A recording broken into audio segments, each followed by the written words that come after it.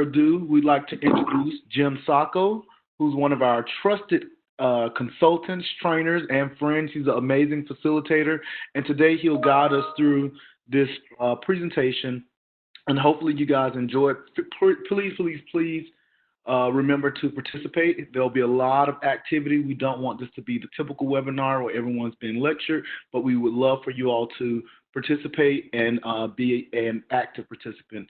Thank you guys so much. And Jim, it's all yours. Thank you. Good morning, everyone. Welcome. And what we asked people to do in the beginning was when you jump in, go in the chat box, select all participants, and say hello and tell us where you're from. So I'm seeing a couple Atlantans, 8 Atlanta Noonan, Ms. Hills from 8 Atlanta Noonan, Casey 8 Atlanta. Anyway, if you're able to do that, that would be great. So we're here to talk about adherence, linkage, and retention. Some of this is a review, I know, for most of you. Hey, people from Cobb Doug, some from Baton Rouge. Love it. Jackson. Precious. Hey, Precious. South Carolina, D-Heck. Thank you, Ms. Hills. Broward County. Good people, Broward County. One of my favorite. Hey, Amy, welcome back. Tara Foster Robinson, Charlotte. Eric's all the way from Chicago, Mount Sinai. Vanessa, 8 Atlanta. Chris Daniel, Charlotte, welcome. Hope Center, Macon, Michelle, we're hoping everybody's okay. Down there, more Broward County. My favorite place. Hey, Fallon, all the way from Boston, Mass. Welcome. Anyway, so again, this is a review for many of you. I want to just say that the fundamentals of adherence counseling and linkage. I lump this all together, kind of linkage, re-engagement, getting people on their meds. All of those care continuum tasks essentially, to me, have some real similar threads in terms of the relationship qualities we bring, the skills, and I also think that that the challenges are the same. If the issue is who's not good at adherence, who's difficult to link, who's difficult to retain and re-engage, the themes I hear from people on the front line are really similar, that younger people are harder to get linked and keep in care. People with behavioral health problems, challenging to get in care, stay in care. And then people with other life priorities, the basics of social determinants of health. If I'm not stably housed, if I'm food insecure, if I'm not in a safe place, all of those things make things difficult. So again, we're going to think about linkage and retention, review for many of you. I did want to put a lens on it, which is what are the unique challenges associated with doing this work, linkage and retention in an age of COVID-19. And so this is not primarily about COVID-19, but obviously we can't do this without thinking through the lens of some of the unique challenges and opportunities. I have thought about this a lot, and I think maybe COVID-19, particularly in terms of re-engagement, part of what we'll play with later, is the idea that at re-engagement, maybe there's an opportunity to check in with people who missing in action and talk about where they've been and share a concern in the age of COVID-19. So anyway, that's my name.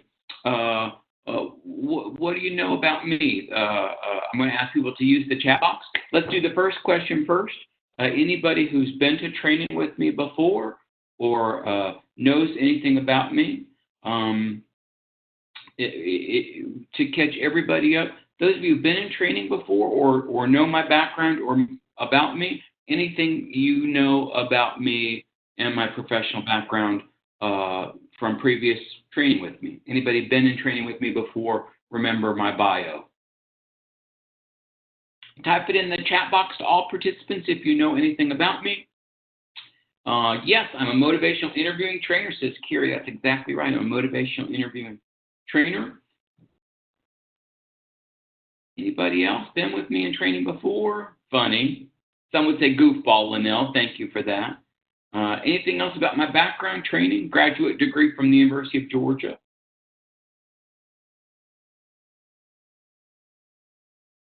Yeah, if you want to torture with Andrew, very smart, can read a slide, knows I'm a licensed clinical social worker. Kawana knows I worked for Aid Atlanta a very long time ago. That is true. Those of you who haven't met me, those of you in Massachusetts and Chicago probably don't know anything about me. What would you like to know about your teacher? Damon was going to read my bio. That seemed really boring. Mary, thank you. I try to have some enthusiasm. What would you like to know about my background or my training if I'm new to you? Just give you 2 minutes, background, my training, my clinical experience, anything people would like to know before I launch into the content today. What questions about your trainer would you like to put them in the chat box? I'll go ahead and answer those. My training, my background. I said in my introduction, I'm based in Asheville, North Carolina. That's news. Anybody else in the chat box? Questions about your trainer for this webinar that you'd like to ask?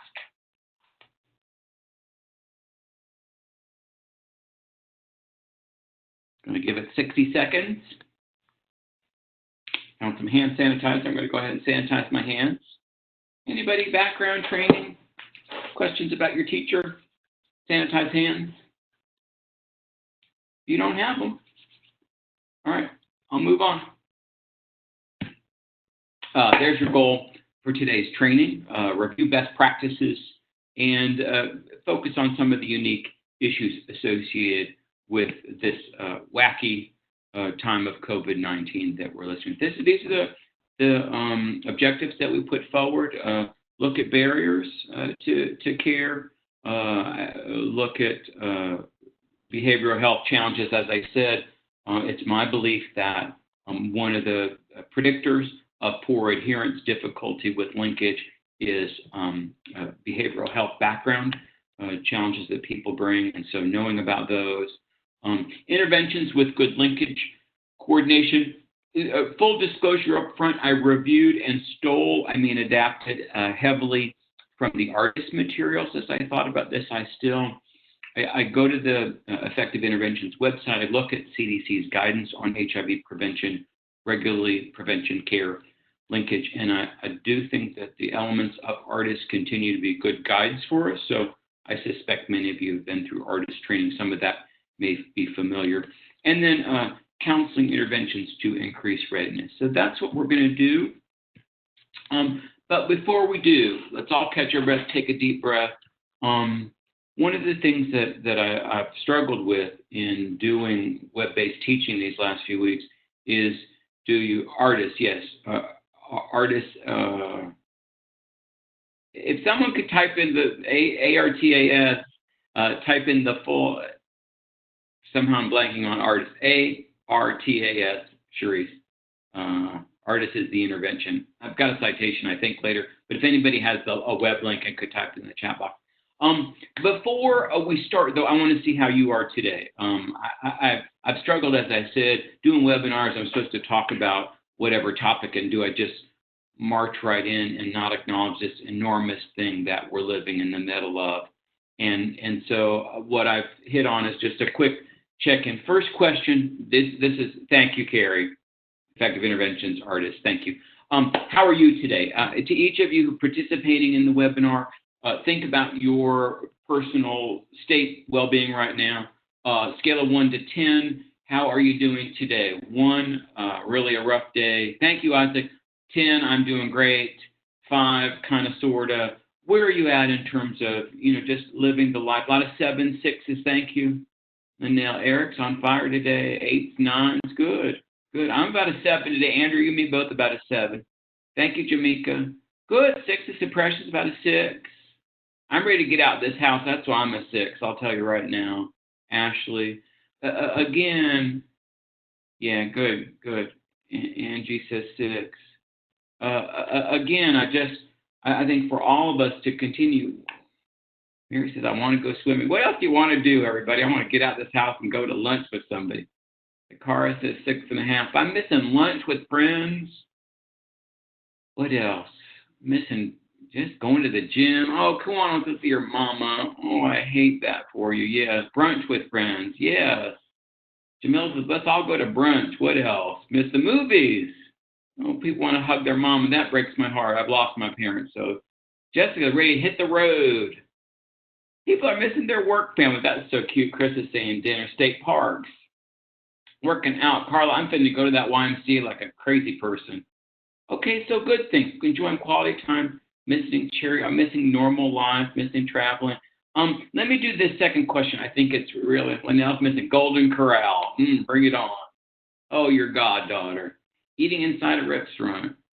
Unlimited chips and salsa. Man, unfortunately, I got unlimited chips and salsa at my house almost every day, and it is killing me. I've said before, I think COVID-19 is the number of pounds I'm going to put on in this thing. Coping strategies that are helpful. Let's share that because I know I've got some people that are struggling. Things you're doing to take care of yourself. Just one last question, then I promise we'll get into the content. But what do you do? Fred, we want you to go to California. I can't wait till you get there. What are you doing to take care of yourself that's helpful? We've got some people I know who are 4s and 5s, long walks. What do you do currently that you're finding help you? Daily reading. People are going outside. Getting that fresh air seems to be a real common thing. Yoga downstairs. I set up my mat downstairs. Open the windows. Painting, puzzles, naps, arts and crafts. Creative walking outside. Zoom chats. Deb, I'm with you. I've been Zooming with people. How nice to hear you, Deb. It's good to hear you. Trying to get a face with people. Calling friends. Carla, you better pray. That's the truth. Amy's on melatonin. Zoom game nights. We did Zoom dinner party. Twister with the kids, great. Watching crime shows. Jessica got to get out. Okay. Bike riding. I'm doing my bike too, Linnell. I'm on my bike. Deep cleaning. I clean my house too. Skincare. New recipes. Please go to my Netflix. Yeah, this balance of being creative, getting outside fresh air, distraction. Yeah, again, one thing I didn't hear is deciding how much news you want to take in. I just want to offer that to people. That one of the things that I think we're all figuring out, some people need a lot of information and they're taking it in. Other folks are not taking in any. Some folks are deciding. For me, I've decided I've got to limit it. That I just get too paralyzed by too much, and so I put some caps on. Let me go ahead and go get to our task. Thank you all for that, and I hope there have been some suggestions that have been helpful. Thank you to those of you who were checked in about what you want to do. I hope for all of us we get to do that soon, and I hope we get to do that safely. My friends in South Carolina, Georgia, Texas, please consider your governor's recommendations and the recommendations of your public health experts before you get your tattoo or your nails done. That's all I'm going to say about that.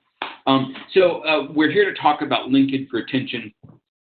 And what I want to name out loud is the task for getting people linked to care always starts with what has been the first task, the most important task, I think, of doing this work, which is helping people integrate the news they have HIV. I think it's different now that we have, in some ways it's different now that there are available treatments. For those who don't know, I've been involved.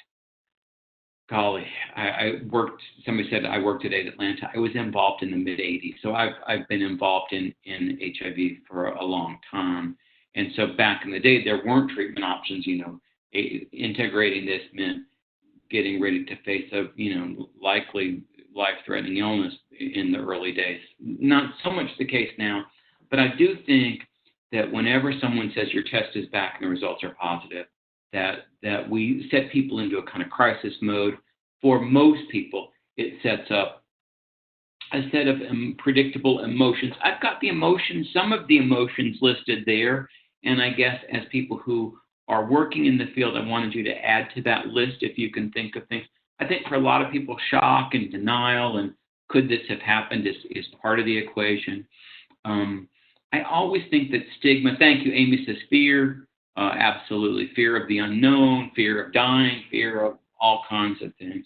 I think the issue of stigma, one thing I always say, we are not talking about arthritis or diabetes. And so recognizing that here you have HIV, the stigma of substance use, the stigma of drug use, the stigma of catching HIV, it's part of what complicates this thing in the age of HIV. We did a webinar last week with my friends at Morehouse, and people talked in the chat box. People were living with HIV said, I'm being re-triggered by the issues of stigma in COVID. And so just the issues of infectiousness and stigma are there. Issues of isolation, okay, people saying anger, fear, thank you. People need to gather input in terms of dealing with diagnosis of HIV. I think you gather medical information, psychosocial support. There's a period for people that successfully integrate this into their life. They gather whatever information they need. I've said before, they come up with kind of their personal plan to cope with it. And sometimes people go back to church, and sometimes people just get super physically fit, or, sometimes people, there's a million ways that people decide this is how I'm going to live with this thing. But I think gathering input so you can make your plan to live with it. Often it includes medical care. Sometimes it doesn't. There are people that believe in alternative therapies or traditional healers, and there's all kinds of ways to approach this. Shame, guilt, again, so often with HIV, it's coming to grips with the diagnosis of HIV, but it's also the risk factors, the behaviors. What other emotional tasks haven't I talked about? People have called out fear and anger. If you would, in your experience working with people living with HIV, what other issues, tasks are associated with an initial diagnosis? Would you go ahead, add to our list in the chat box? Anything else that I've missed or that you want to emphasize? Loneliness, thank you, Derek. I think there's this tendency to isolate and be alone. Thank you, Fred. Fear, lonely, angry. Other reaction. Yeah, Cherise, man, I missed that navigating disclosure. Because you tell me I'm positive, and then the first thing you do is say, now tell everybody you know, tell your sex partners, we're going to tell your sex partners. The very, very complicated business of disclosure. Depression with the diagnosis, absolutely. Disbelief, confusion, thank you. I do think Jessica says depression as part of the reaction. I think it's super common. Depression, anxiety, again, very common. Confusion, self-disappointment, says Santivia. We're now at an age where people know better. I mean, I know those of you in the field all the time are working with people who've had HIV education since they were in fifth grade health class, and it's hard not to, and it's not the best part of me, but there's a part of me that meets somebody, 22 years old, and I think, come on, you've known about this your whole life. Cultural barriers and struggle for resources. Thank you. I should have known there. Cultural barriers to struggles, resources. Again, cultural barriers like beliefs about illness, cultural barriers, I'm guessing about religion and accessing care, adjustment issues. Thank you, Amy. Latork Johnson says suicidal thoughts and homicidal thoughts, and I think that's not common. But I think for people to say, man, I just want to give up. Why go ahead and fight this thing? And for some people, this thing happened to me. I'm going to take somebody else out. I'm going to hurt somebody else potentially. So let's talk about how these overlap with emotions and COVID-19, unlovable or unwanted. Thank you, Kiwana. So what are the emotional reactions for people living with HIV that you care about? If you are working with people with HIV and now they're living in the time of COVID-19, what emotional issues do you see people you care about going through? I'm going to say fear. I think everybody's afraid. I'm going to put, me and Amy Gonzalez on the same page. Fear, depression. Am I going to get abstinent, scared of other people? Fear of not accessing services and care and support, absolutely. Isolated, ashamed. Yeah, people who are living with HIV and dealing with COVID, that's what I said. These comments in the chat box in this previous webinar really were painful to me as people relived issues of stigma, judgment, shame, isolation, scared other people get sick. Diana says it, worried if people going to kill me. Will this thing kill me? This is a life-threatening thing. Williette says, will people love me? More anxiety. Chantel's spot on. I think I'm already anxious looking with a chronic health problem. Scared of everyone, not enough tests, depression. What emotions are you having? I guess some of this is fear, depression, anxiety, depression. What other emotions are you experiencing that we haven't talked about? Anxious, sad, depressed, missing people. Any other emotions that you're living with, that we're living with? Restlessness. Jessica, ready to get out of the house with me. I'm ready to get out of this house. Fear of the future, unknown. Thank you. Angela says a lot of anxiety, fear of getting it. Blaming, Sylvia, people want to blame somebody. Let's figure out what country we can blame. Let's blame other people. Let's figure out what's guilty. Uncertainty, paranoia. Yeah, Amy, I can't stand going to the grocery and looking at people. I find people, sometimes I'm walking there on the other side of the street, and they're still looking through their mask like, do you got it? You going to give it to me? That's all I can do to say, come on. Annoyed with misinformation. Scared, hopeless. Yeah. Again, what you should get, and what I wanted to do with this, is COVID is going to be, thank you, Carla, anxiety, depression, low. COVID is going to exacerbate work that hasn't been done. So in other words, the opportunity here may be for people to heal something that comes up again that they haven't fully resolved. What I'm seeing and what I just want to call out is the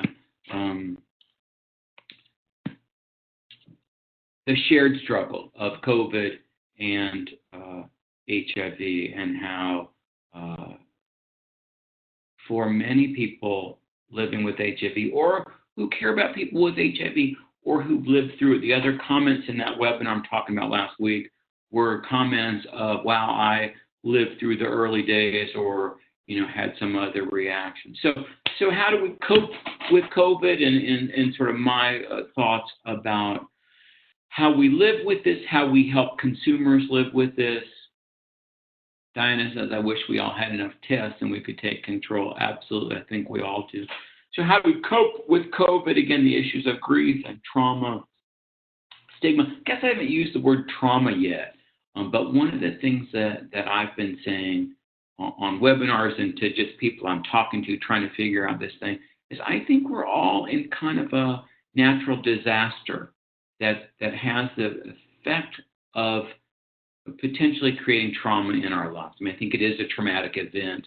The question becomes, will it be trauma that injures us or trauma that we survive?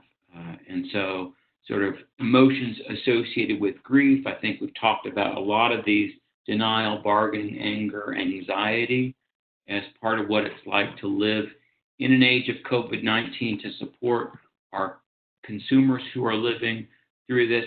One of the things we talked about in the previous workshop, if anybody was on the previous workshop that I did for Damon 2 weeks ago, we talked about a history of trauma and stigmatization, and how this shame, this fear, this hopelessness, this isolation is going to be exacerbated if I'm someone who brings a traumatic past, if I have had a lot of adverse childhood experiences, and just understanding that coping with COVID, if I've got trauma and stigma in my background, is going to be that much more difficult. And I think what's really important is that we remember who survives trauma.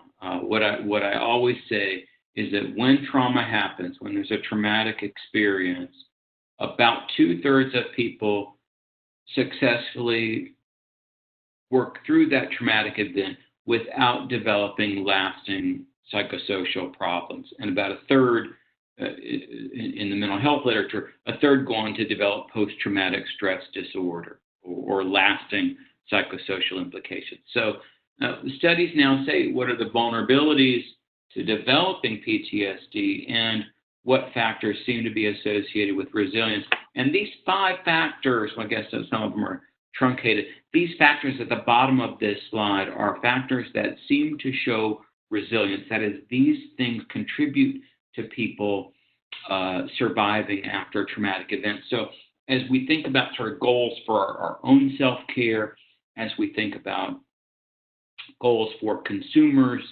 in responding to this crisis, these are things we want to help people.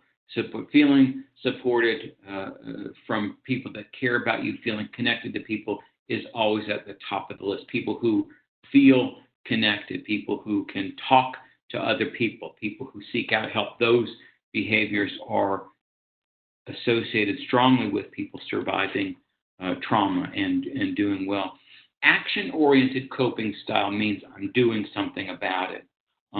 That is, instead of being a victim and feeling powerless, I am taking action in whatever way I can. I'm seeking out help. I'm doing things that I can control. In my mind, this is about taking control where I can versus a passive, hopeless response in response to the trauma. These are the people who are doing gardening and making their house prettier, and my house cleaners.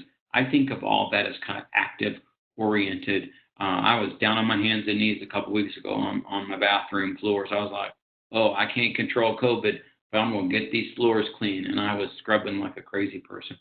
People who survive, who show resilience, are people with higher levels of self-efficacy.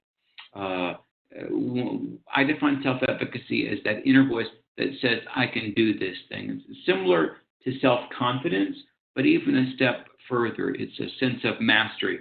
I have the tools to manage this. Again, people who cope with, move through traumatic events without lasting damage are people with an inner sense of being able to manage. And this last bullet that I haven't talked about, having a purpose in life, having a sense of connection to spirit. And I'm always cautious to say, not one road to peace, not one road to spiritual contentment, but paying attention to the road, making sure that you find the peace that comes from resolving those things in your own life. So let's take a minute and talk about barriers to getting into care. I said we're going to talk about barriers to getting care. What I challenge is people that make linkage, retention, and re-engagement sound easy. You know, everybody's been to a conference where the state epidemiologist shows their care continuum slides, and you get to the fourth slide, and it says, here's how many people are not linked and not retained. And the message often from the epidemiologist is, so go out and find those people and go out and get them into care. And I always think it is not. Those people who are hard to link and hard to keep in care are challenging consumers. And it's not as easy as just make them come to care or whatever. So let's kind of dig down a little bit. 3 questions for you. I'm going to ask them sequentially. If you're willing to type in the chat box, I'd love to hear your thoughts about these. What I'm proposing here is there are internal barriers to being able to get in care and stay in care. Internal barriers, I'll give you one example, which is untreated depression. If I've got untreated depression, it makes engagement in HIV care really difficult. Second question, and again, we're going to do these one at a time, so if you'll think about these, interpersonal barriers like lack of support from my immediate social network. If my social network is partying and hanging out and thinks the clinic is for a bunch of dopes and whatever else, that lack of interpersonal support in my immediate network is going to make it harder for me to go out. We're all sitting around snorting something, smoking something. I say, oh, oops, I'm late. I got to go see my case manager. And my friends are saying, come on, the party's just getting started.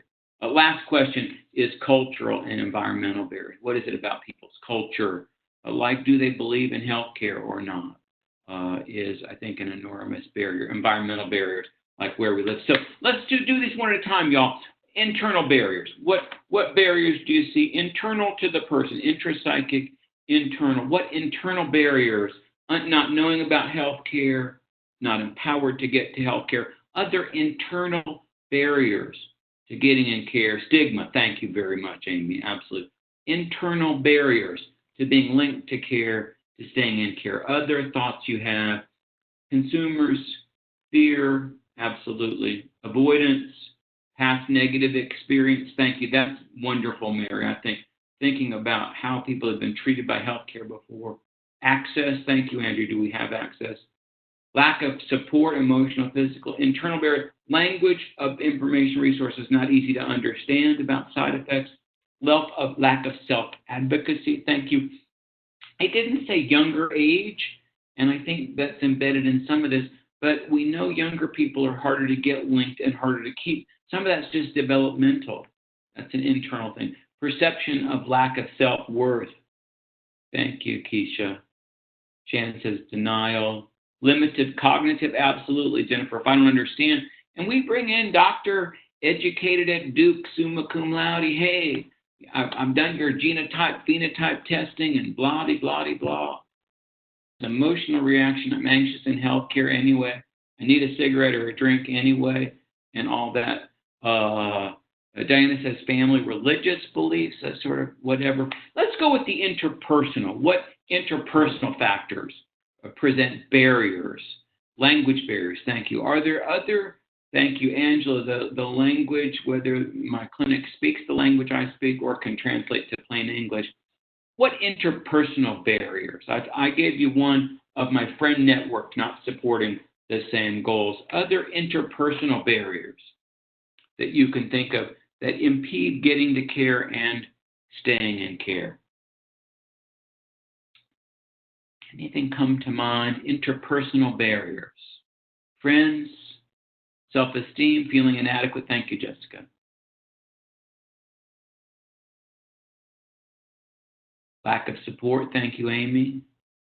People's perception at the doctor office. You know. I always say we never put AIDS clinic in front of the little blue house on Main Street, right? We call it the immunology clinic or the something. How long does it take for people to figure out who goes in that blue house?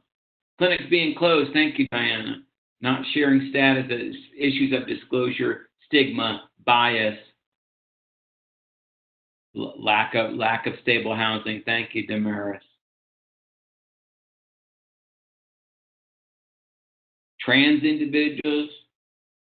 Absolutely, Ms. Johnson. Trans individuals got a whole other transport. You guys are moving into the cultural environmental. Let's just go ahead and go there. What cultural and environmental barriers do you see impeding people's access? Again, not believing resources not provided or explained. Lack of trust in healthcare. Boom, boom. Thank you, Santivia. Transportation. Other cultural or environmental barriers. Somebody said the way I was treated in healthcare before. I'm going to put a big one. Religion, language. Again, if my religious belief is that God is going to fix this, if I've got religious stigma about how I got HIV, thank you, J. Paul, previous stigma, race, ethnicity, customer service at healthcare. Oh, Doris came to work today. How am I treated at the clinic?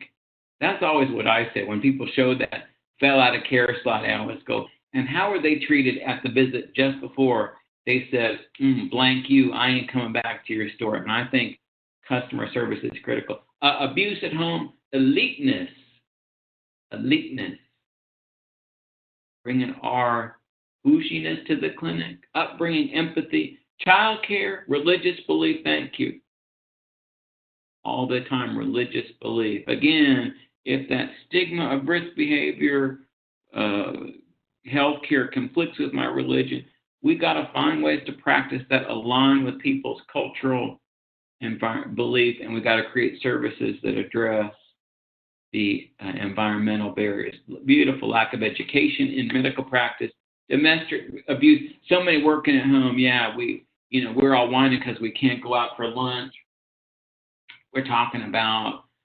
I hear some anecdotal things that domestic violence people are getting more calls, but I promise you, if I'm feeling this pent up, people with poor impulse control and alcohol problems and a penchant for physical violence, there's a whole lot of violence going down that we're going to just will ripple out as this thing. Yeah, do we have weekend hours? lack of cultural competence. Yeah, thank you. Keisha says, oh, everybody can come to their 2 o'clock appointment. I'm just going to, previous family members who've had HIV. Thank you, J. Paul. Yeah, we want people to come to our clinic when it's convenient to us, and sometimes we don't think through the lives of the people we work with. The example that comes to mind is not even an HIV thing; it's a teen pregnancy thing.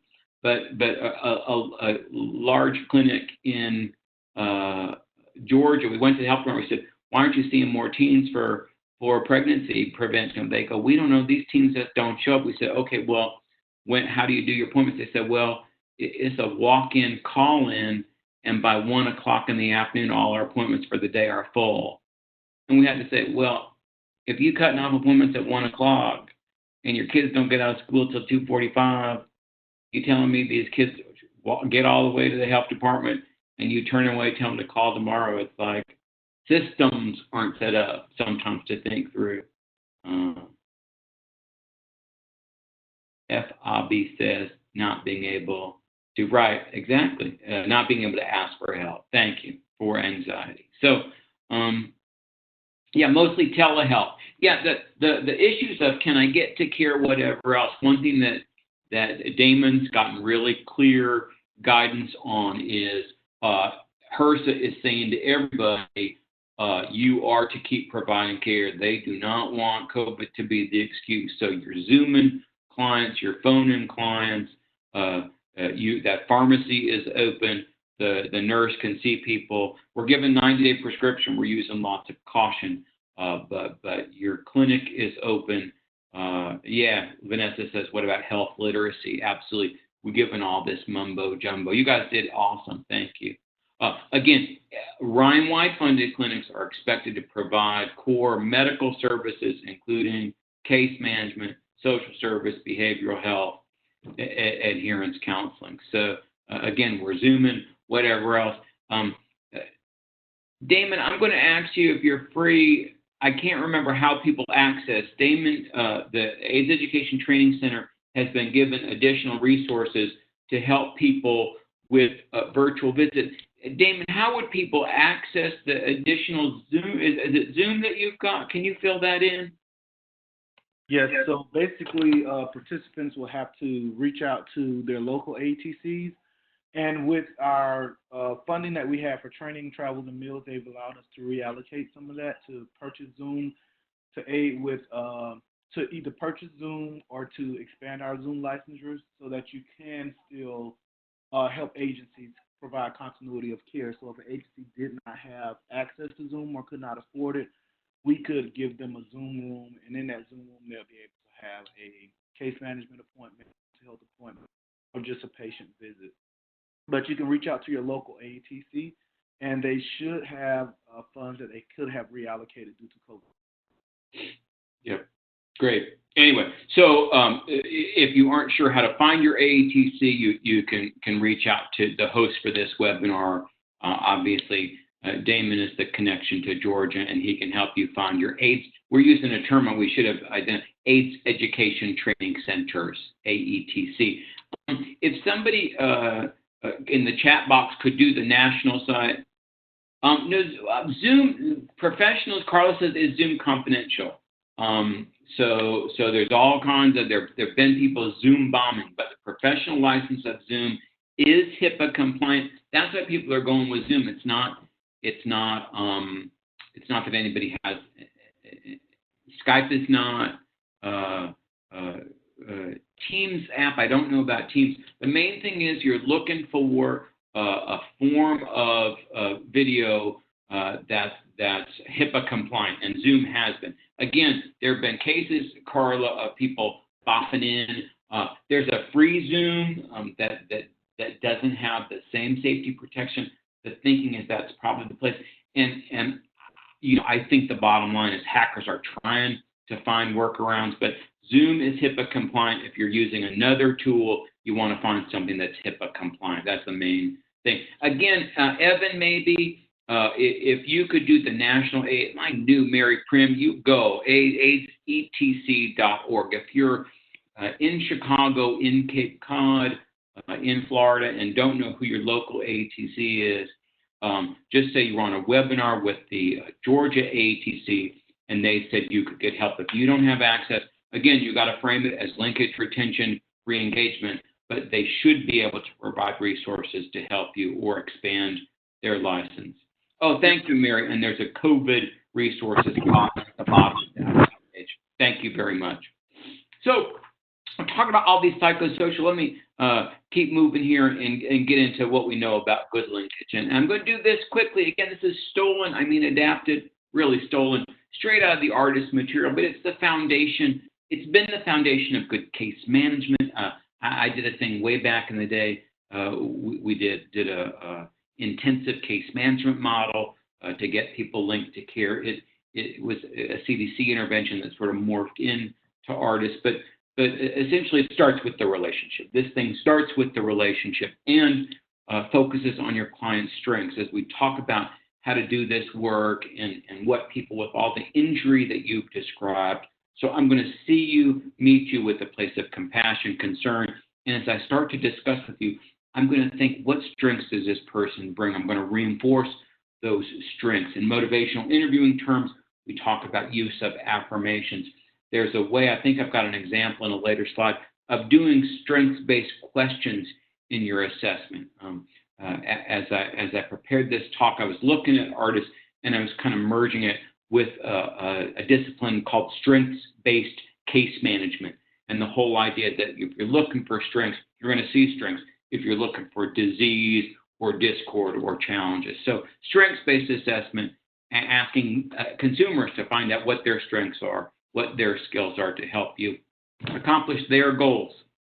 Again, what's central here at the bottom is artist builds on a framework of motivational interviewing by finding your consumer's own reasons to change.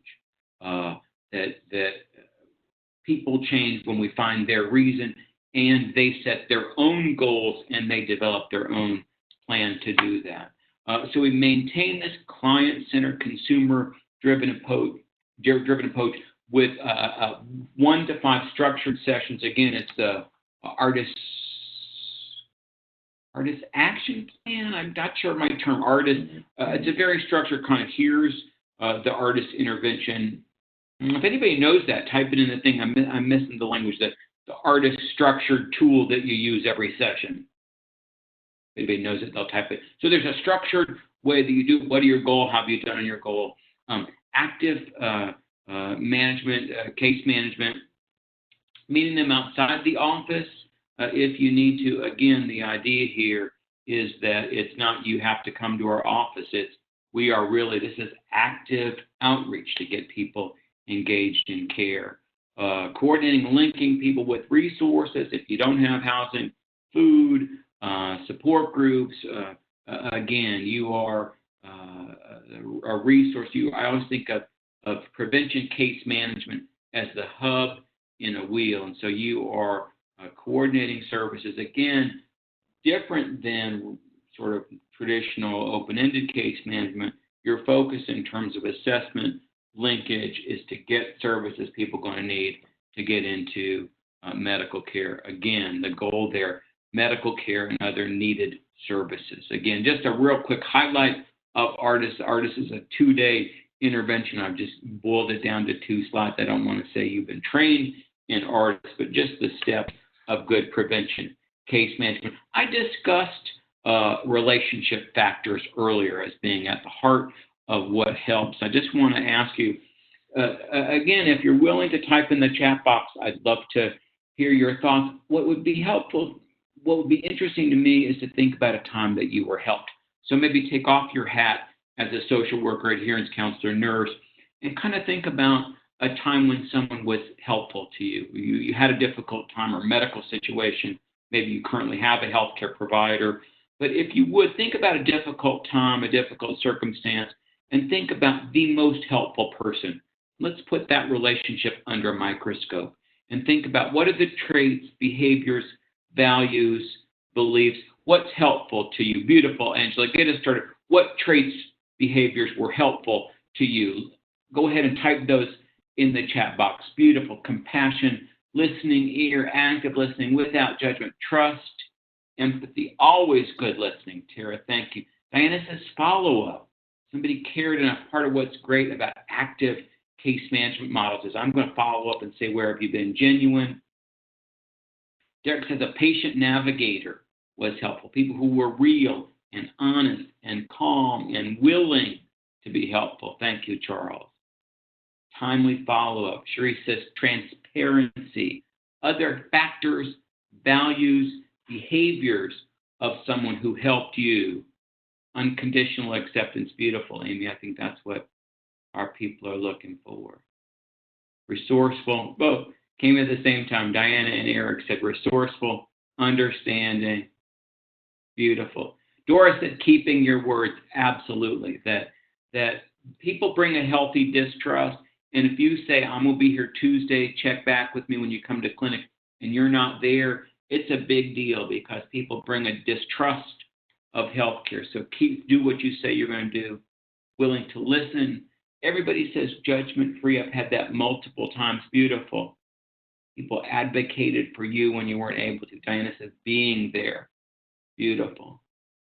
So let's talk about what's not helpful on the other side. Let's think about our dissatisfied customers. Let's bring it back to your clinic, your agency. Thank you. Jay Paul says using language people can understand. What's not helpful? If you think about people that left your clinic and said, I'm not going back to that store, what behaviors did they encounter in the people that you think, don't name their names, we're not rude, sus customer service, judgment, language, judgment, not feeling heard, judgment, not listening, poor customer service, lack of passing the ball, slow processes. I felt rushed in care. Again, what would your dissatisfied customers tell us went wrong? Communication wasn't clear. They didn't really care about me. They weren't professional. They weren't present. Patronizing, condescending. I felt like I was just another number in that clinic. Woo! They were disorganized. They weren't empathic, understanding. I got sent to the wrong person. I had to tell my story to 16 different people. Who's heard that? I just told the nurse. Why the hell am I going to have to tell you the story I just heard? Quick. Speaking like they've been through the same thing, referred to the wrong person, talked more about themselves. Oh my God. The nurse started talking about her health problems or whatever else. Called by the wrong name. Ooh, if I say my name is Tiffany, I don't care what my birth name was or what the record says, what my social security card says, you better call me Tiffany or I'm not coming back to your store. Boom. Ms. Hills, I'm dropping the mic on that one. Self-centered, not enough solutions. Didn't see anybody that they could relate to. Don't you walk in and say, does anybody look like me so that I feel comfortable? Not confident, not honest, short. I think that means short tone, not physically short. I'm sort of physically short, so that struck a nerve with me. I think she means short tone. Cultural bias, absolutely. Unfriendly. I'm not your priority. Again, I often say this thing is not brain surgery. It is 90% about good customer service. But how often? I knew that, Diane. I was just teasing you. Not welcoming. Not knowledgeable about pronouns. If you call me a he and I don't think of myself as a he, we're out of here. I'm out of here. Great.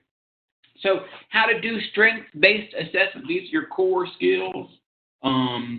Attending behavior means you're facing on using good open-ended questions. One thing I call us all out on, you're doing assessment, put down the clipboard or put down your electronic medical record. I just think that if we're talking about making engagement with people who bring all this vulnerability and all I see is you typing in your computer or you so caught up with your clipboard, put the clipboard in your face and I'm got all my check marks. Again, I want you to check off all the boxes you need to, but I just think we get so caught up. People said, I thought I was a number.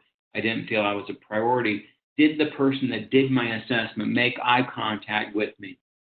Use their face to show concern? Or did they smile? Thank you, Sylvia. Again, if all that's not there and you wonder why people didn't show up, your most vulnerable people need those relationship qualities that you talked about helping you in the previous slide. So good attending behavior, good open-ended questions. If you know your job well, you should be able to ask a set of good open-ended questions going to give you, instead of when did you go get your test? When did you go to medical? Have you been on treatment before? I'm going to put down my clipboard and say, well, obviously we're here to talk about HIV. Tell me about your history with this virus. Tell me about what's important in your medical history that I should understand. And then you're going to tell me I got tested. And can you tell me about where you were tested? And can you tell me about had you been in care before? And now I'm having a visit with my person, and I'm going to click in my chart. Been in care, got mad at Aid Atlanta, went to this one, got mad at them, went to Aid Gwinnett, got mad at this one, whatever. I'm getting the details I need to fill out, but I'm doing it in a way that's conversational. I just think where you can put the clipboard down and get skilled at doing assessment in a way that feels conversational. Those are all ways that we model excellent customer service, and we can show concern and compassion. Affirmations are a skill that I teach often in counseling class. How you're going to call something a success, something to praise or support. Reflective listening, playing back what you're hearing in easier language, and then summary. So we've talked about a lot today. Here are the things I heard you do. Again, what you want to focus on as you're summarizing, the things your patient's doing right, the things that you see them doing right. I talked about some strengths-based assessment. I'm sorry, what I didn't say, I should have said, everybody who's on this webinar are going to get these slides. I'm just thinking people are frantically taking notes. I promise Damon is going to send these slides out, or Evan will send these slides to you. So you're going to have a copy of these. I apologize, I should have said that when we started. But some examples of strengths-based questions. Again, stolen straight from the strengths-based case management tools. This is actually from a trauma training that I do, but what history? Yeah, I'm sorry, Ms. Johnson, I should have said it. You won't get these slides. I promise we won't get everybody a slide deck. I'm so sorry. What are your strengths? How do you manage? What's helped you survive? What are some creative ways? Again, all these focused on strengths and reinforcing skills and self-efficacy and using language that says we see you as smart, capable. More questions here. If someone knew your history, coping tools have you learned? Who's been supportive? I imagine people standing there. How do you gain support? What does recovery look like? Again, I think I've got a citation at the back. Thank you, Carla. I've got a citation at the back, but this all comes from a SAMHSA publication.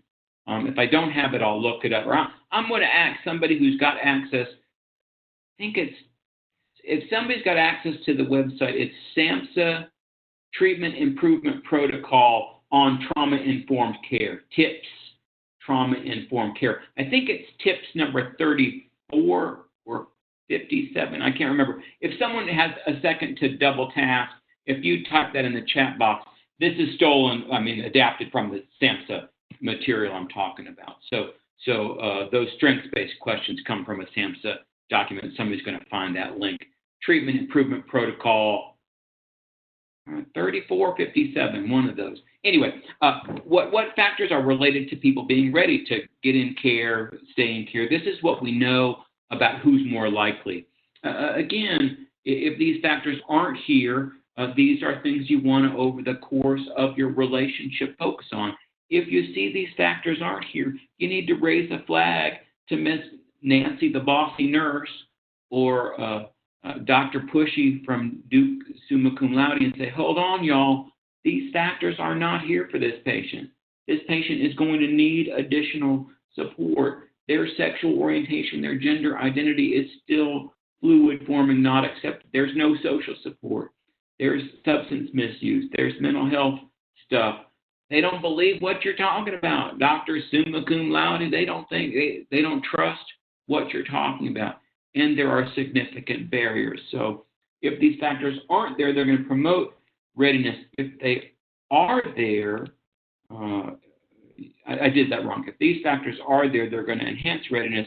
If those are missing, you better do your work and say, I better link this person to substance use, link this person to a trans support group, identify the barriers. Thank you, Deb. My sweet Deb Bauer. Of course you did. 57. It was one of my two guesses. Samson tip 57, and you'll get everything. It's a wonderful document about responding to trauma, and one part of that is taking a strengths-based approach. So what the artist program says, what good practice says, is we do client-driven goals. If this is going to work, it's not me telling you what you got to do. It's me evoking from you your goals. So I ask you, tell me about your hopes, your dreams, your prayers. I want to open a beauty shop. I want to meet a man. I want to have a white picket fence. I want to have children. I want something. And so you're listening for a shared goal. You are listening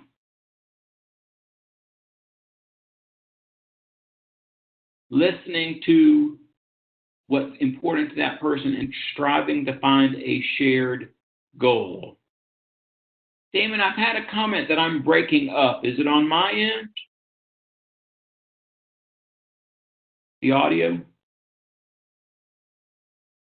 No, it's not breaking up on my end. I can hear you fine. Okay. Damaris, it might be on yours. Okay. Damaris, I think it's on your speaker side or your web thing. Sorry about that. Looks like everybody else. Thanks for checking in, guys. So I ask about treatment and re-engagement. So what do you think about going to treatment? What do you think about and then I wait to hear your response. What do you think about going back? What you want to do in terms of reflecting back, you want to reinforce those benefits and while acknowledging the barriers. So in other words, somebody says, well, I guess the medicine keeps people alive. You're going to jump right and say, yeah, brother, that medicine keeps you alive. Well, I guess I'd know what was going on if I had a lab was done. Yeah, you're right. We could tell you where you're at. You could take control. Again, whatever someone sees, we're listening for the good things about changing. We're listening for reasons to get back to care. We all have a job to do. It's to get people linked to care. You know, sometimes when I talk about my approach to counseling, I've had people call me out and say, you're a manipulator. I was down in Charlotte in the health department. Someone said, you a manipulator. I said, girl, settle down. I think of myself as a motivator. I mean, the bottom line is maybe I'd feel guilty if I was selling used cars for life insurance.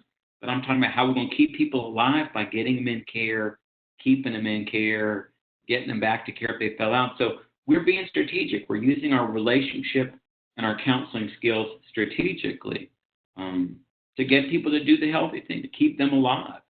So we ask the patients, what's your goal, to name their goal. I'm going to skip this just because you've done a lot of good work on that. And I really want to get back to COVID as an opportunity. I said this earlier, and I guess what I want everybody to think about is maybe checking in about COVID can be a chance to find some people that are lost to care. I was thinking about doing, and this is just me making this up. I haven't read this anywhere, but I'm just trying to think about, who's in care, where they've been, and what's a good, potential hook to check in with people. And it strikes me that in this very stressful time, all the things we talked about, maybe there's a chance for us to get a list of people, either from the clinic, work with your local health department, and potentially to reach out to people and say, hey, we haven't seen you. We're wondering how you are. We're wondering how you are. Exactly, Pamela. That's where I'm going. Want to check in about Pamela Rodriguez knows my story. We want to check in how you are. Oh, by the way, we want you to get you back in care. Again, most people on this call, if you're on this call, somebody told you, get them linked to care, keep them in care, go find them. And is this a potential way to do that? So here's the model I'm putting forward to you. Start with interest and concern. Who doesn't want to talk to somebody that's interested in me? Conduct a quick assessment of what happened. What was your history? What was it like? Try to understand where they went. A lot of people are going to say, I don't know. It's that one syllable mumble. I don't know. But if there are reasons about why people didn't get into care, why people left care, for us to kind of understand what went on and see if we can problem solve that particular nurse. I'm just going to keep it real. The idea is if that nurse was problematic, I'm going to find that case manager disrespectful. Maybe, again, there's some people with serious emotional problems. that are just going to play personality. But there are times when you know someone had a conflict. It's not surprising that someone had a conflict. And linking somebody to a different care provider, linking someone to a different a different case manager might be the way. Invite discussions about what was good about care, what it's like to not be in care. Figure out how ready they are without wrestling. You're not going to debate nobody. Carla says, clients know the drill. The key is get them motivated. And I think exactly, Carla, I think we get them motivated by reinforcing the reasons they went to care in the first place, reasons care is a good idea, and address any barriers. And then if they're willing to problem solve and set a new goal. So I've got a patient on the line now. I'm going to call this person up. I'm going to do 5-minute demonstration. I'm on the phone with my client, Miss Marcilla. What I can tell you is Marcilla has been out of care more than 6 months. I'm going to use this opportunity to check in with her, kind of try to model things that I talked about. Again, showing concern, talking about good things about care, seeing if she's willing. My goal is to get her closer to coming back to care.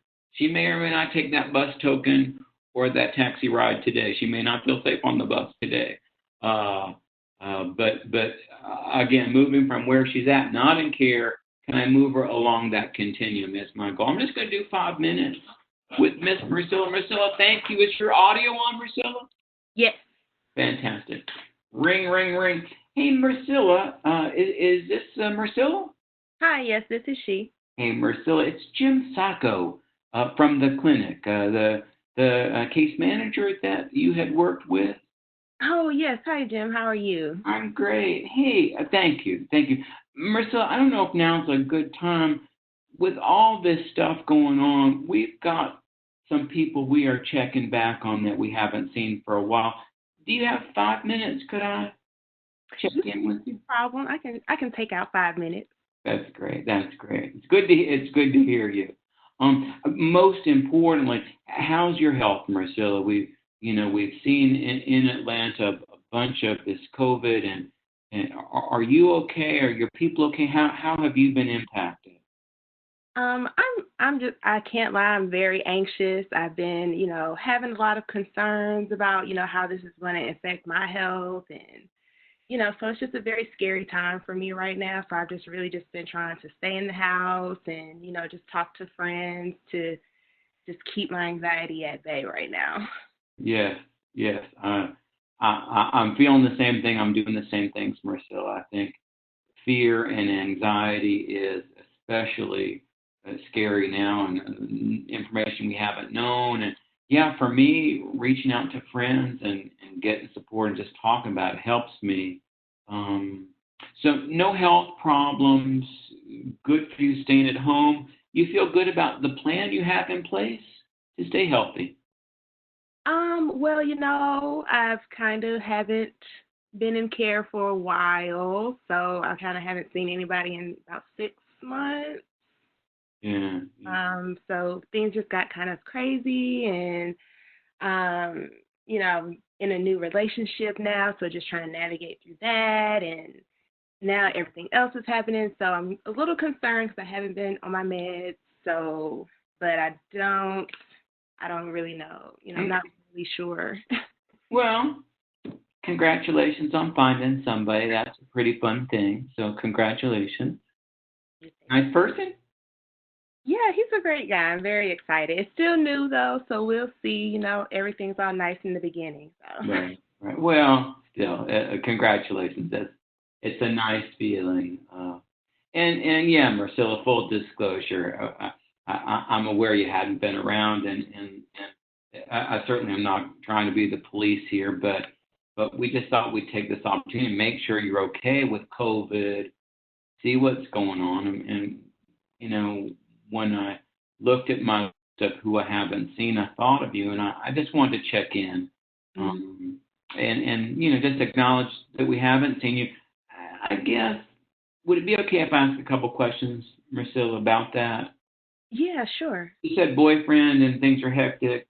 I just want to make sure, were there any problems at the clinic or things that went wrong that I should know about? You know, did you have trouble getting there, your appointments, and any problems that were going on that made it hard to get there that you and me should talk about? It wasn't anything hard about getting there. I think the biggest thing for me was once I got there, I didn't really feel comfortable. The nurse was really aggressive. I told her I was in a new relationship, and she just immediately just started firing off all these questions, asking me about like our sexual activities, and I just felt, I just really didn't like that encounter. I really felt judged, and it didn't really feel like she was trying to have a conversation with me. It was just, checking things off a list and moving on. Oh man. So that just. Priscilla, yeah. I'm sorry. I'm sorry that we don't ever want people to feel lectured and judged, and it sounds like we dropped the ball the last time you were there. Yeah. I'm sorry. There, so I just had to make do with what was, but. Yeah. Okay. Well, again, I don't know what happened, and I don't even know what nurse you saw that day. On behalf of everybody at the clinic, let me just say we're sorry that you didn't get the service you deserved. We're sorry that you felt disrespected. And honestly, Marcella, we'd love for you to give us another chance if that's something you were open to. I heard you saying concerned about meds. You've not been on your what are you on your antiviral, the medicine that you've run out? Yes, I've run out and just didn't make it into the clinic. Okay. Well, it's a crazy time, Marcella, and what I can tell you is our pharmacy is still open, and our nurses and doctor are all doing appointments. They're doing both virtual appointments on a screen on your phone. You could do that, or this point, we'd like to, since it's been more than 6 months, we'd like to see you again, either virtual, but I don't know. So there's option to see someone. There's option to talk about medication, starting back on that. What are your thoughts about coming back to care or getting back on medicine? What do you see as the good things about doing that? Well, I think it'll be good now, especially now. I think this is the time to definitely make sure I'm on my medication. And then especially with my new relationship, I do want to make sure, that I'm doing everything to just keep myself healthy. Yeah. Okay. I'm open to maybe a virtual. I'm still not really comfortable leaving the house. I heard. Yeah, no, I get it. Okay. No, that'd be great. Again, we're all working full time. Most of us not driving to the clinic. Some of us still going to the clinic where we need to. And we need to figure out labs and some other things. But let me go ahead. Marcella, one thought I had is for this next meeting, I may go on your record and see who the nurse was. And for now, let me see if I can get another nurse to follow up and just check in on how you're doing, see about getting you back in the system, set you up for a meeting. You tell me, is that the steps you want me to take? Yes, that would be great. A new nurse, definitely. Okay, no worries. Like I said, I don't know what happened, but if you had a bad experience, none of us want you to do that. If we're going to, re-engage you, get you back to the services, we want you to be comfortable. So I'm going to do that today since it's just 11. You'll hear from somebody this afternoon, Marcella. And what they'll do is they'll introduce themselves. They say, Jim gave me your name, and they'll say, tell me if this is true. Marcella, I'm going to tell them, Marcella wants to get back in care. She's concerned about coming in the building, but she's ready to talk about medication. Is that a good way to say where you're at? Yes. Okay. So she'll say, Jim called me, and she'll repeat what I heard. Marcella, it's so good to hear you, and glad you're staying healthy. You're taking some good steps, staying home. And I think, yeah, somebody who wants to be healthy, this next step of I'm going to get back in the clinic, get back on the medicine, that's an excellent step. Anything else you want to ask me today or tell me today? I really appreciate you calling. Thank you. All right, Marcella, you're going to get an Oscar for this. Thank you so much, everybody. So just a chance, everybody, virtual applause for Marcella. Just go in the chat box and say, go Marcella, if you would, just to tell her how great she is. Yay, Marcella, that's right. Anyway, I put her on the spot yesterday. I said, could you do it? Give her a woohoo. Great job. Well, she was nicer than some patients. Let's go ahead. A resounding applause. There you go. So anyway, that's Jim doing my style again. You can't do it. But again, how you been, where you been, as I said earlier, could you use COVID as a chance to reach back out? And again, whoever is in charge with re-engagement, those themes of we're concerned, we've missed you, problem solving, I think is essential. One thing I want to name, there are programs that health departments are running on data to care. Data to care is using surveillance data, clinic data, and figuring out who's not there. And so some people are getting lists. Sometimes those lists are generated at the health department level. Health department DIS are going out to try to get re-engagement. Other disease intervention specialists, the people that do disease notification. Other places, those data to care lists of who's out of care are going to outreach workers employed by the health department. Some health departments are employing community-based organizations. Yeah, Pam, that's where I'm going. If you're afraid of COVID, let me talk about COVID fears and keeping you safe from COVID. If that's the hook, I'm going to go ahead and use it. So if you get data that someone else has given you, just some concerns on this slide, that you're building rapport, offer your rationale. Hey, if you say I got your name from the health department, you're on a list. So the nice thing about that previous thing is it's Jim, you remember me from the clinic before. If you are using data and particularly reaching out to people you don't know, kind of trying to build rapport, the rationale for you reaching out is always we're concerned about your health. We want you to be healthy. What's said here stays here. We got this data so that we could help you. This information only stays within the health department or between us and the health department. Present the data. We see that you came to care 9 months ago. There's no prescription record. There's no record. And then asking your consumer, but you tell me. Again, you don't want to come off like a detective. You don't want to get in some kind of wrestling match with somebody like from a place of concern, says you haven't filled a prescription for 9 months. That's concerning.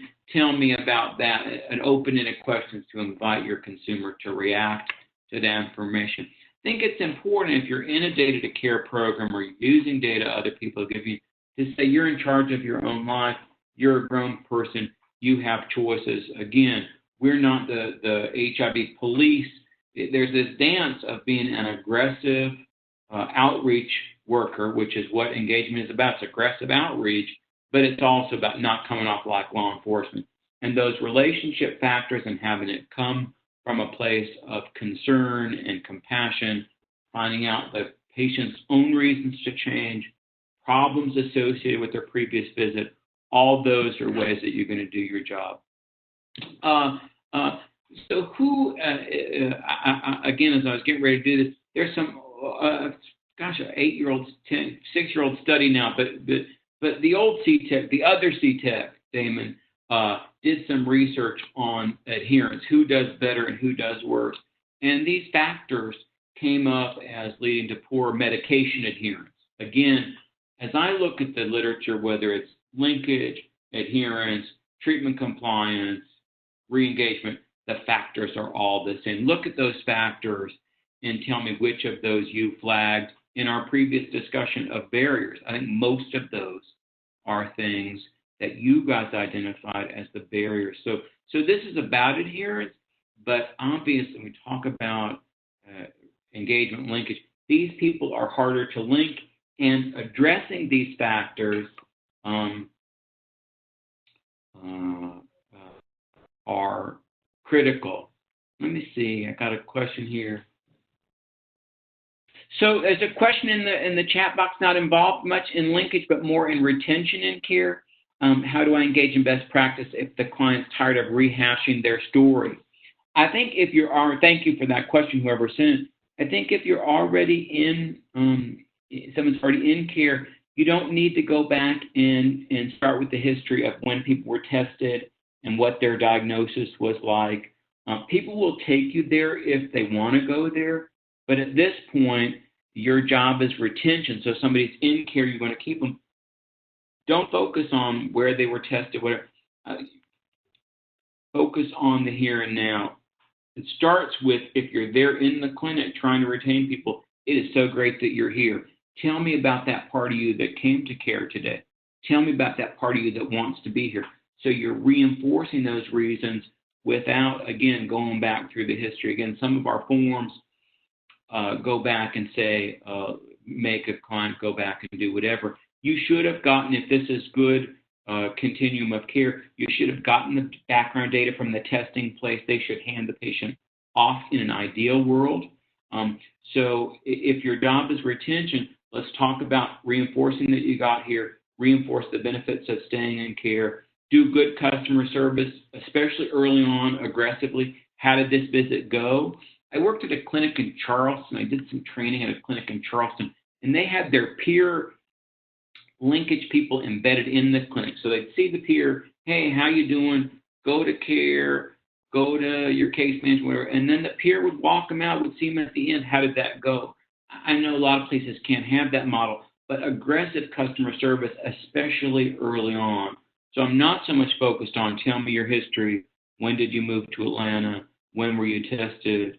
But I'm really focused on sort of more here and now in retention, really looking at barriers to getting care, looking at barriers to staying care. What was hard about getting here today? How did your visit go today? Again, I use the term aggressive customer service, aggressive quality improvement practices. I hope that answers your question. We're wrapping up, so we'll have time for more questions if that didn't answer. So at some point in any interview, you're going to summarize, thanks a lot for what we did, acknowledging someone's successes, whatever they've done in your re-engagement, linkage, or retention.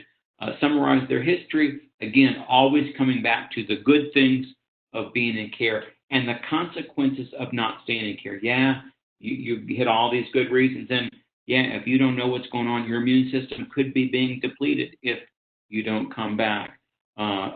Reinforcing language like we and my help and how can I help you, and the idea of partnership in linkage, re-engagement, retention. And again, sitting on your hands. What I didn't do with Marcella, if I had a do-over, I didn't make her name the goal. And the power is when the words I say out loud, here are the things I want to do.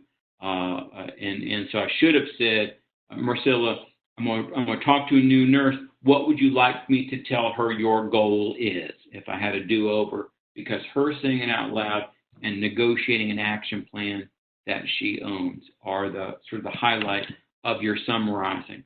Woo! Let me ask for a question. Do I have questions here? Oh, I should have had a question slide. Sorry. So let me catch my breath. That's what I wanted to talk about today. What questions about anything that I've covered? What questions do you have?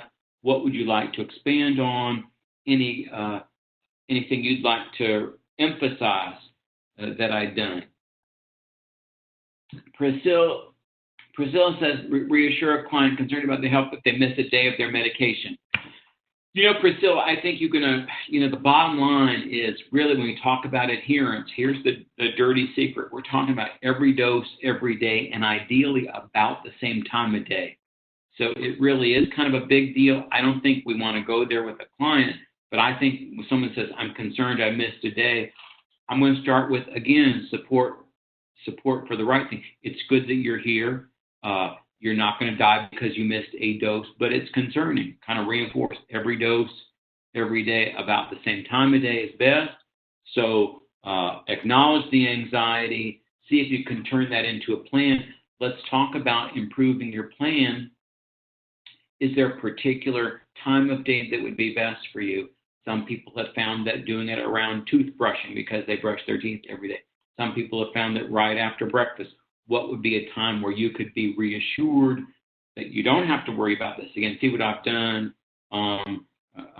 They're missing their dose. I acknowledge that but I say, let's go back to improving your plan to do your dose every day. And at that point, since the door is open, I'd say every day about the same time. Suggest talking COVID and dealing with feelings of isolation. Carla, I would just name that this is re-injuring people. If someone is living with HIV and dealing with COVID, I'd just say I would cuss if I could on this webinar and say this is a blank situation that you're living in. And I would say you're going to re-experience some of that old crap. There I cussed. Some of that old crap you experienced, but you're going to get through this. I'd reemphasize my partnership with this. I would talk about social support, and again, back to the idea, people go, who can support you? When I'm listening for social support, who could support you? What are some specific things they can do, even though they can't see you or be near you, that would feel supportive? And again, one thing I found, somebody else was talking about Zoom. I really have found for myself, and what I'd suggested this client is that, again, who can support you? I'd normalize the feelings. I'd talk about the old feelings. I'd say, you're going to get through this, and talking about it, feeling the feelings, getting social support. And then I'd talk about who could support you. And I started to say, one of the things I've found is I really want to see a face. And so I used to be, just kind of busy running around, just send me a text or send me an email. A lot of my friends, I'm saying, can you make time on FaceTime? Can we Zoom? I bought for myself. Too bad Damon didn't give me access to his Zoom. I bought $15 a month my own Zoom, so I'd have unlimited time and additional security function. But there's something about seeing people's face that's reassuring to me, and I feel more connected than if I'm just emailing or chatting, or even, for me, even talking on the phone. So normalize the feelings, make the connection to the old stuff, tell people they're going to survive, and after a couple of weeks they can start to come out of this, and then line up social support, maybe with the suggestion of adding video. FaceTime, Skype is, WhatsApp is free, and what else is free? WhatsApp is free, Skype is free, if they're on Facebook, FaceTime. Younger people, I want to acknowledge I'm way over 40. Younger people, what do you use, people under 40, what do you use to do face-to-face on your phone? Is it WhatsApp still? I know you're doing Snapchat and IG, but if you want to have a video phone conversation, FaceTime, I guess if you're on Apple, FaceTime. Marcella's on House Party. See, there you go. You got to ask somebody under 40. House Party. Is a phone app, Marcella, House Party? Other video-based tools I can use? Again, I know some of these people under 30 are not on the Facebook and want nothing to do with it. Okay, house party is group video. So we're going to do a house party on our phone. That sounds great. Let's all pour a cocktail. If you're in recovery, you can pour a Google Hangout. Thank you. Damon's on Google Hangout, hanging out with the peeps. So some suggestions there. Beautiful. Laura's also on Google. So kids are hanging out in Google Hangout, house party. I bet some Apple people are FaceTiming their peeps. So again, another suggestion. 5-minute warning. I've only got 5 minutes. Other questions or other things I've said that you'd like to reemphasize as being important, something you'd like to reinforce. What do you want to ask or reinforce from anything that I've done today?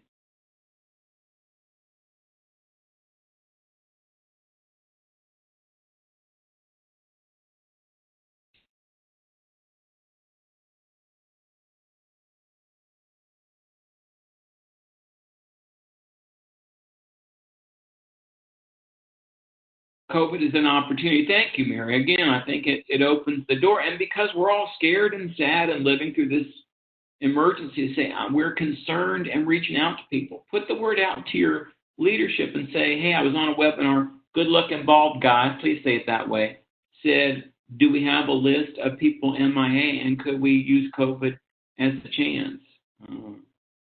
Yeah, Jessica, I'm with you. You can have the smartest people. That's why I always joke about graduated summa cum laude, UT Health Center, whatever. But if they can't make relationships, it doesn't matter.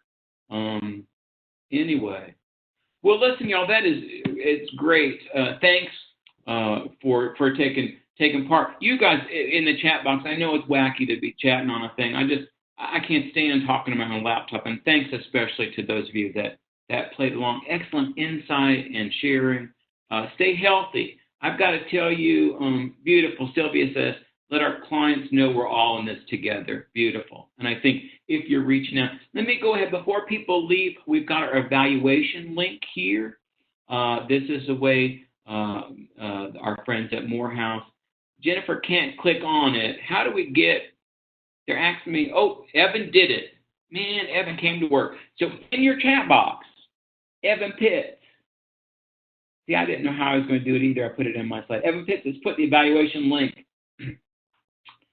11:57. I'm going to close by saying thanks to my friends at Morehouse, Damon, Marcilla. Rave reviews, Marcilla. People love you as my client. Evan, always that man with the plan. Thank you. Everybody, be safe. Take good care. Love one another. Grab that evaluation. The feedback helps me, helps Morehouse. There's also a place to offer future suggestions. So go ahead and